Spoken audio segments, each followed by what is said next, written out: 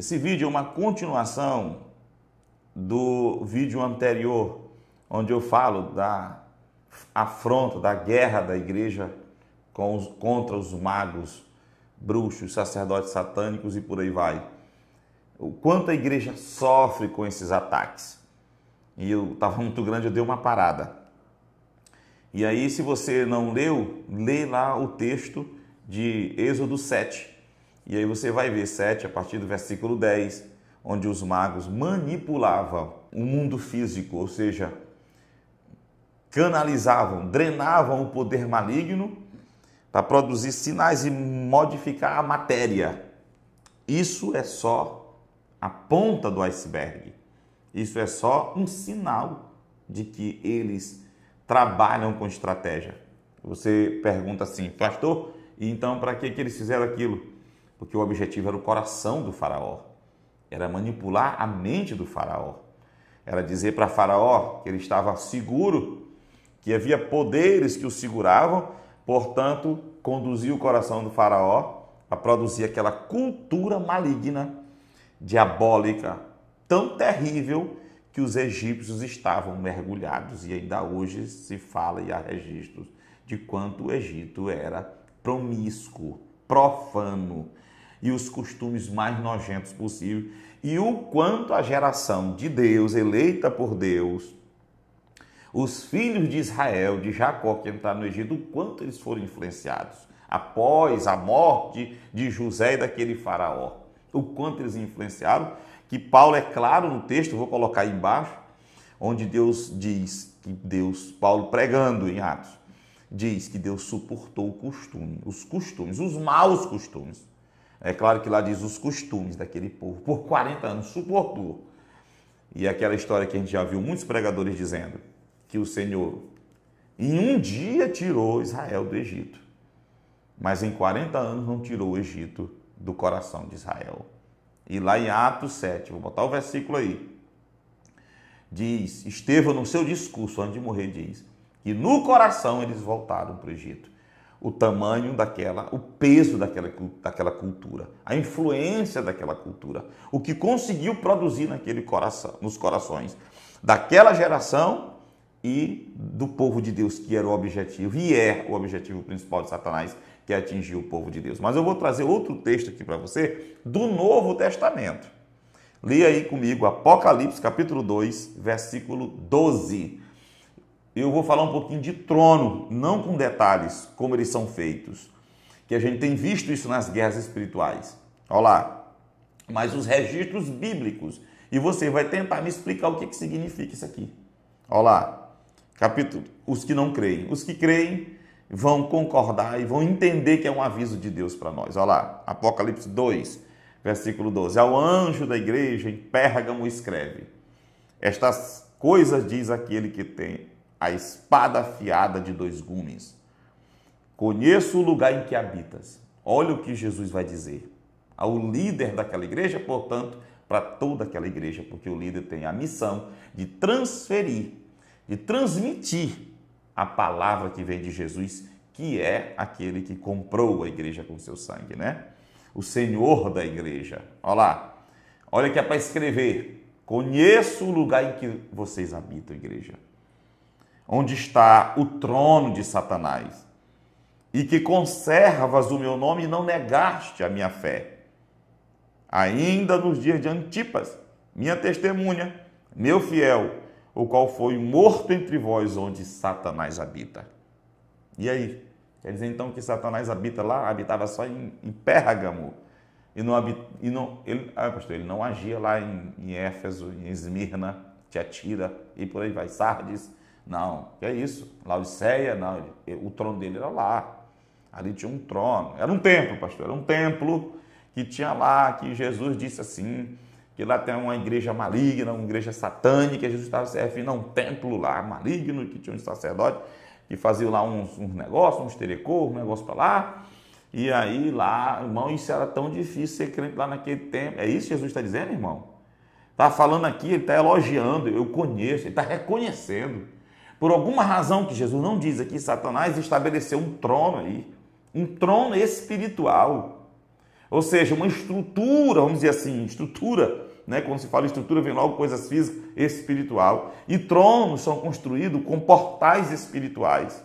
Você lembra, irmão, que quando Jesus ia expulsar aquela legião que estava dentro ou possuindo o corpo daquele gadareno, aquele homem de Gadara que vivia lá nos sepulcros, no cemitério, gritando, você lembra uma das coisas que os demônios pedem para Jesus? Não nos expulse dessa região. Por que será que isso está escrito, irmão?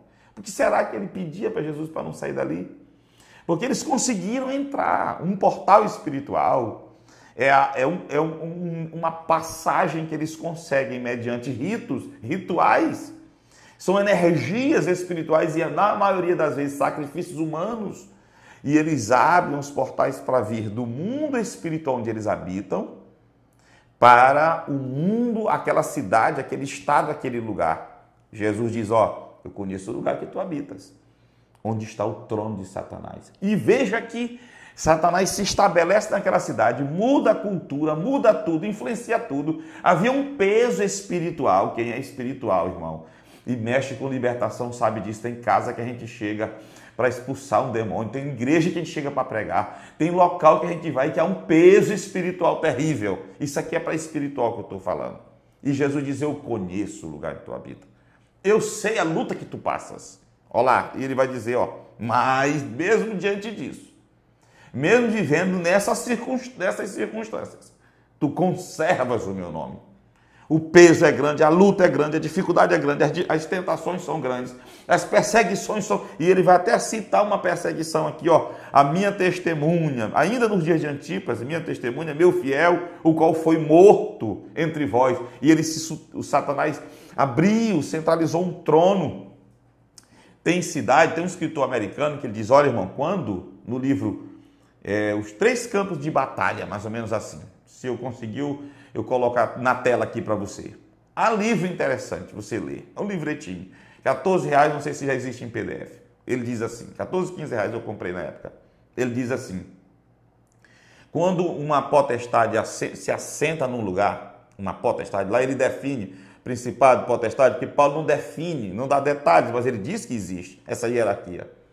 Ele diz, olha, quando ela assenta o trono, com muitas outras hortes, os demônios, mas ele é o chefe ali, aquele principado, aquele poder.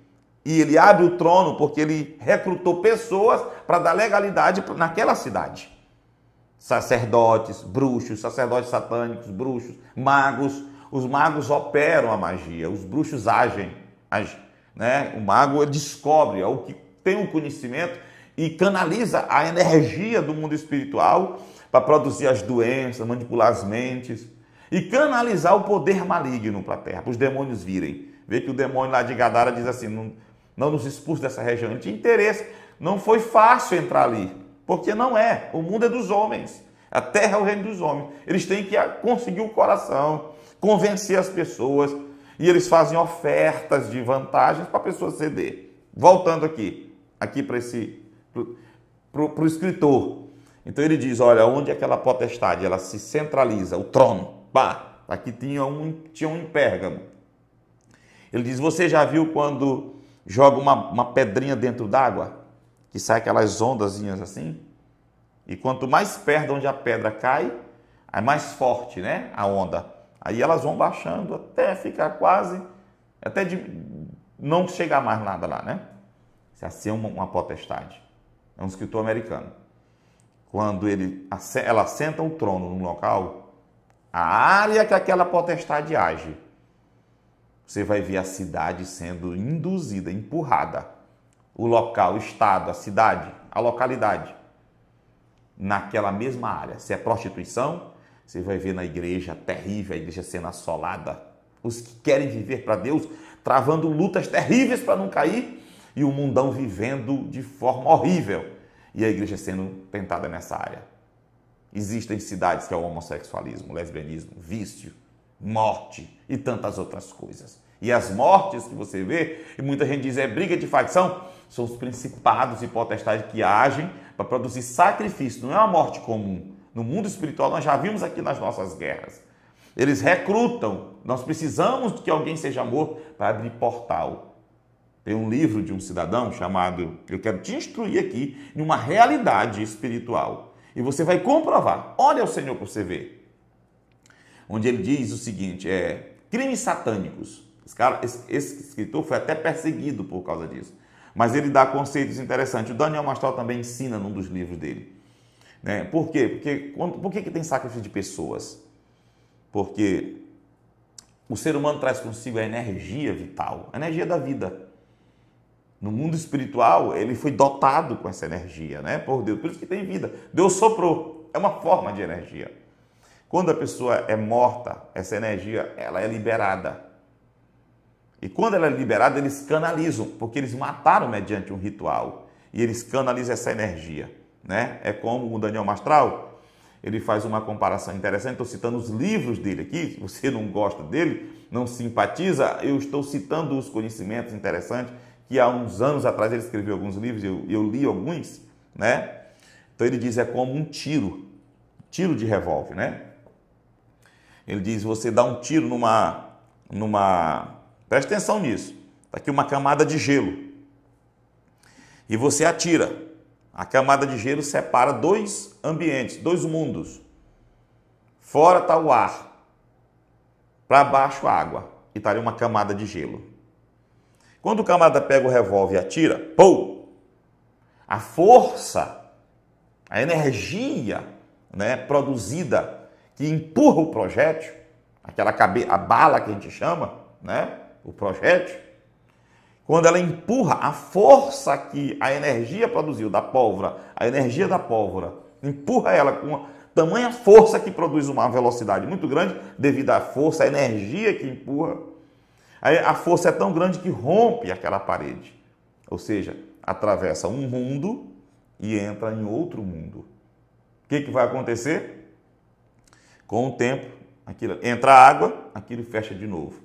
E ele diz assim, e se essa bala carregasse um fio, um cordão, a bala atravessaria, pum!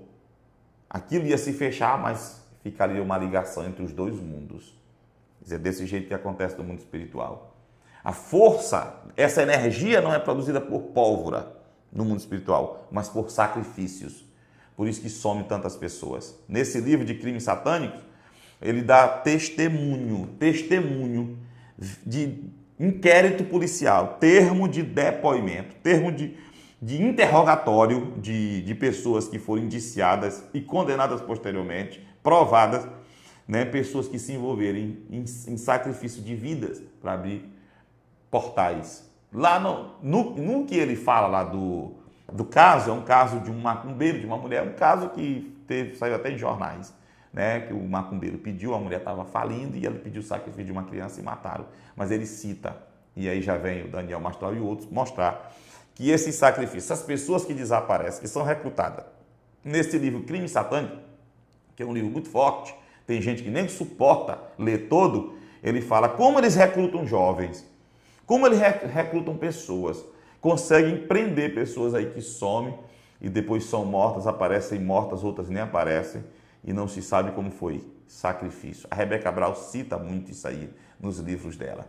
Então, para que é isso? Para abrir portais.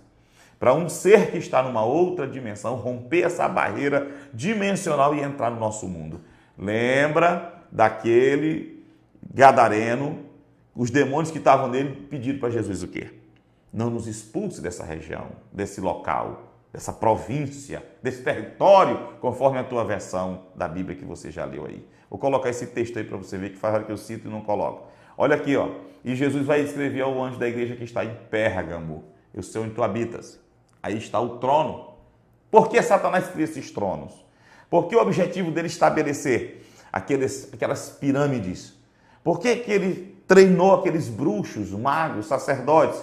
Olha como eles conseguiram endurecer o coração de Faraó. Diante de um milagre de Deus, de um sinal de Deus, eles conseguiam manipular. Não conseguiram mais depois, mas foram até certo nível, porque Deus tinha propósito de fazer e decidiu fazer. Mas precisou de um Moisés que buscasse e obedecesse o Senhor. Um sacerdote, um líder ali, né, que fosse posicionado em Deus. Aí vem a reflexão para nós. Que tipo de sacerdote, de líder nós somos hoje? Pois bem, Então, aqui, por que Satanás cria essas estruturas? Lá, endureceu o coração do faraó e manipulava a nação. Aqui, ó, em Pérgamo, era uma perseguição contra a igreja. Era difícil servir a Deus. Né? Talvez o lugar onde esse vídeo vai chegar, seja difícil. A tua igreja esteja passando por luta, peso, luta. Quem sabe na tua cidade tem um trono. Estruturas espirituais foram construídas para derrubar a igreja. Ninguém sabe como eles escolhem aquilo ali. De que forma vem a escolha. Mas está aqui em Pérgamo. Por que não tinha em Tiatira? Por que não tinha um trono em Éfeso? Por que não tinha um trono em Esmirna, Sardes, Laodiceia e por aí vai, Filadélfia? Mas tinha em Pérgamo, eu não sei. Mas de lá eles canalizavam e vão montando a sua estrutura. Ela existe e ela está aqui, ó. E dizia, ó, tu conservas o meu nome. Se você for perceber a força dessa expressão, é como que ele diz, tu consegue suportar. Tu consegue aguentar essa situação aí. E não nega a minha fé, ó. E não negaste a minha fé. Porque muitos negam, muitos desistem. O que ele está dizendo? Que Satanás, ele cria essas coisas para cansar os homens de Deus. Para trazer peso para a igreja. Para te tirar dessa guerra espiritual, dessa luta. Para te esfriar no ministério. E como eles fazem? Eles cansam e alguns se vendem, alguns param. Alguns mudam a mente, alguns desistem. O que tem de homens de Deus que desistiram de orar. Quando eu fui escrever esse livro, que eu escrevi esse livro aqui, 171 Estelionato Espiritual, contra tanta coisa horrível dentro da igreja, a dinheirama, o comércio. Eu me lembro que eu passei um tempo, e eu pede que eu te mando ele em PDF. Eu lembro que eu passei um tempo quase morto, sem força para orar, para buscar o Senhor. E eu fui visitar um dia com um amigo meu, o Enoque, um irmão aqui da igreja. Nós fomos visitar um pastor amigo nosso que Jesus já levou, já está na glória. Quando ele me viu, ele disse, eu já sei, esse livro é teu? Tu que escreveu esse livro? Porque o Enoque já tinha presenteado ele lá. Eu disse, pela misericórdia de Deus, não lancei ele oficialmente, escrevi e distribuí. E estou distribuindo. Ele disse, então é isso, irmão. Eu senti logo, ele disse, quando eu li esse livro, eu disse, esse irmão vai sofrer muito. Capeta vem em cima.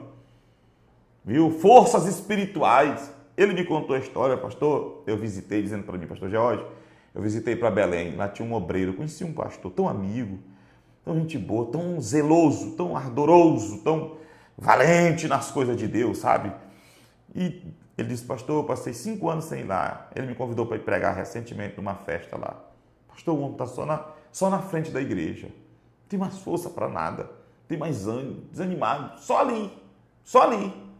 Isso o inferno cansa, esse pastor. Ele lutava muito com libertação de vidas. O inferno cansa. Está aqui, ó, o trono de Satanás. Conservar-te. A expressão, irmão, a força da expressão, da construção da palavra de Cristo é como alguém está dizendo assim, olha, conseguiu permanecer de pé aí nessa cidade. Porque não era em outra cidade, já expliquei. Ninguém sabe por que Satanás faz isso. Faz parte da estratégia maligna. Por que Jesus te chamou? E tem tantos amigos teus e família e gente que ele chamou você. Faz parte da estratégia de Deus de fazer alguma coisa nessa terra, a sua vida. Então Satanás também ele tem as estratégias, os planos dele. E ele escolheu Pérgamo. E lá tinha um trono. Olha lá. Ó. A primeira coisa, conservar. Jesus disse, tu conservas o meu nome. Então, esses tronos eles são construções malignas, portais são abertos nas cidades e enche de demônios. Eu vou citar de novo o caso lá do Gadareno, quando os demônios dizem, não nos tira dessa região. Era pesada, eu já falei aqui, lugar pesado. Então, os tronos vêm para quê? Eles criam esses tronos, essas estruturas malignas para quê? Né? Para cansar o servo de Deus. E como cansa o servo de Deus? Pensamentos, sentimentos. Nós temos o espírito dentro de nós. Nós somos uma alma vivente, mas temos um corpo espiritual e um corpo físico. E esse corpo espiritual sofre ataques. Lembra das setas que voam de dia? Influências malignas no mundo espiritual. Servo de Deus dorme tão bem, amanhece triste, desanimado. Ataques. Já deu um estudo aqui sobre os ataques malignos durante o sono. Ataques malignos durante o sono. Olha aqui. Eles destroem tudo ao redor da gente. Para cansar, para desanimar. Para a gente não orar mais, não buscar. Não seguir alegre, pregando a palavra de Deus com alegria.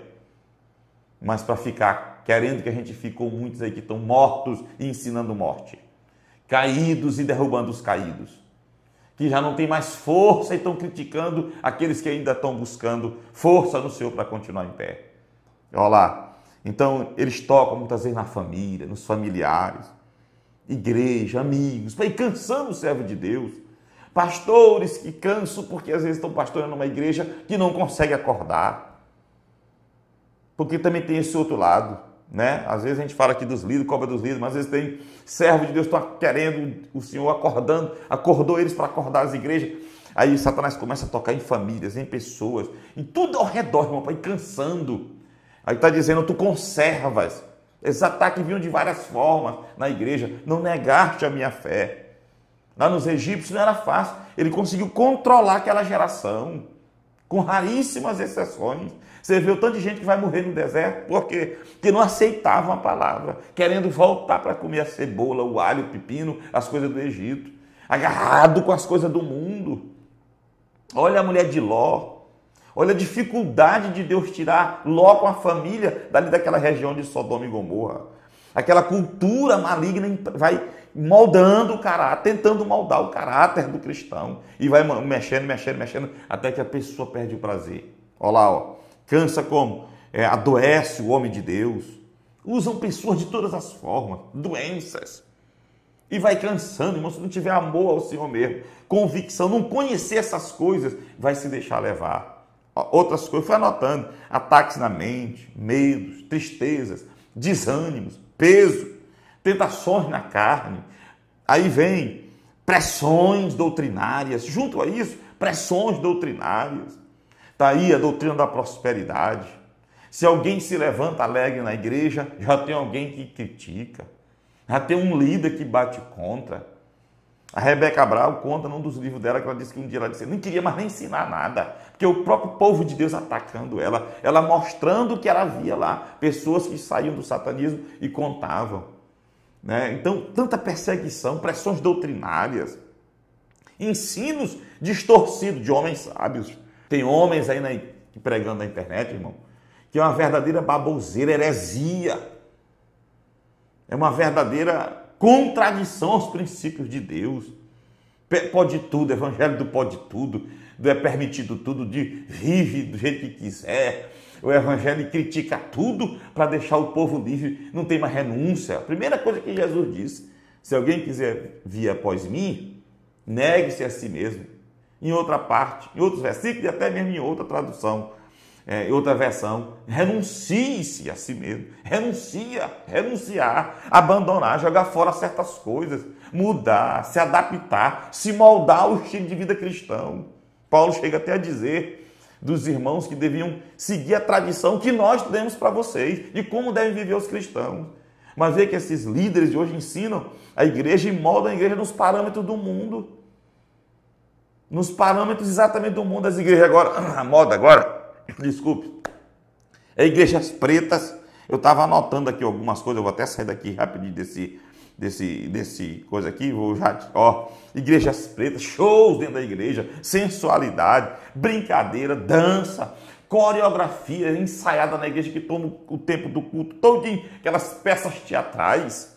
Dia desse eu vi aí coreografia de homem, de mulher, e fica aquela coisa, sabe, de gente quase nu, né? Cantores agora são estrelas, cantando música do mundo na igreja, indo para o mundo. Tem um aí que vive mais dentro do terreiro de macumba do que dentro da igreja. Constrói terreiro de macumba, alargou 500 casamentos, aí vive metendo grode, cerveja, e dizendo que é cristão. Ah, Jesus comeu com os pecadores. Irmão, quando Jesus ia onde os pecadores, era para ganhar os pecadores, mas não era para se misturar com o pecador, não, irmão. Não era para receber costume, não. Era para mudar o costume deles. Era para levar a palavra de Deus para eles.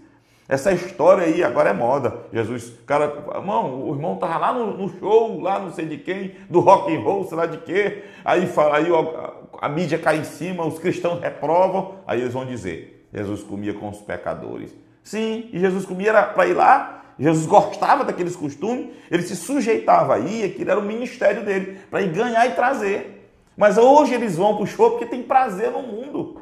É porque o mundo ainda não saiu deles. Eles vão na macumba porque eles não têm coragem de dizer que eles são ainda macumbeiros, que eles não foram libertos dessas coisas. E vivem os padrões do mundo, os costumes do mundo, e querem colocar na mídia porque eles são famosos. E eu vou falar mesmo aqui, né? Então, aí os pastores, busca mundana, né? Um dia desse eu vi aí um rapaz mostrando aí, cantores famosos cantando música de Raul Seixas, irmão, dentro da igreja. Música do mundo, show! Eu vi um cantorzinho lá dizendo, olha aí, irmão, a música de Zezé de Camargo, e tentando aplicar a Bíblia no texto, na letra da música. Dentro num show evangélico, eu não sei nem o que é aquilo ali, se era uma igreja ou o que era aquilo. Irmão, que coisa maligna, irmão, nós estamos vivendo hoje. São esses tronos, cantores famosos que se convertem. Se converteram, irmão. Aí, irmão, fulano tal, se converteu. Não tem um tempo de treinamento, não tem um tempo de tratamento, não tem um tempo de purificação. Na outra semana já estão cantando dentro da igreja. Aí bota show, bota igreja escura, jogo de luz, tudo vem deles. Daqui a pouco eles vão embora. Aí deixa a baboseira, o lixo dentro da igreja. Demora muito, um desviado. Volta para cantar no mundo, vão viver de qualquer jeito, mas já deixaram o lixo plantado dentro da igreja. Aí, isso tudo são os tronos. Isso tudo é pressão maligna. Não ceda essas coisas, irmão. Não permita isso. Seja a boca de Deus nessa geração. Olha lá, pastores estrela, os cantores e pregadores agora, são tudo gatinho, irmão. É tudo coladinho, são símbolos sexuais dentro da igreja, sabe? Camisa tarrafinha. Olha lá, não é a igreja do Senhor, não, irmão, isso aí. Isso é a igreja congregacional, tem um nome de igreja, né?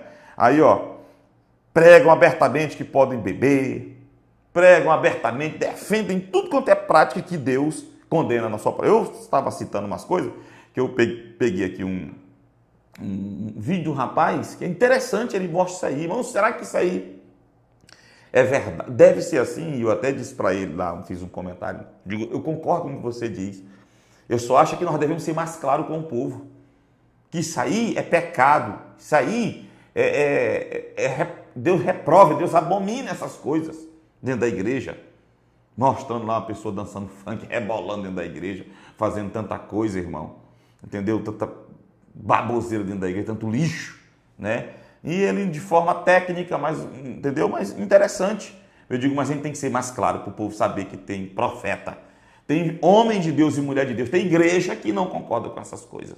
Então, para a gente encerrar esse assunto, né, dos tronos, criam pressões doutrinárias, eu falei de calúnias, pressões no nome de Deus, calúnia, noite e dia, pessoas falando mal da pessoa. O assunto, homem de Deus está lá trabalhando, está lá lutando para ensinar a igreja, o tititi, falando ali, sabe? Isso vai cansando os homens de Deus, muitos desistiram por causa disso, muitos largaram o ministério porque disseram, Senhor, eu vou tocar minha vida para o outro lado. Não faça isso, meu irmão. Continue firme, sofra pelo Senhor, pela obra de Deus. Sei que não é fácil não, porque eu já cheguei muito perto de desistir. Satanás já chegou muito perto de me tirar de tudo, sabe?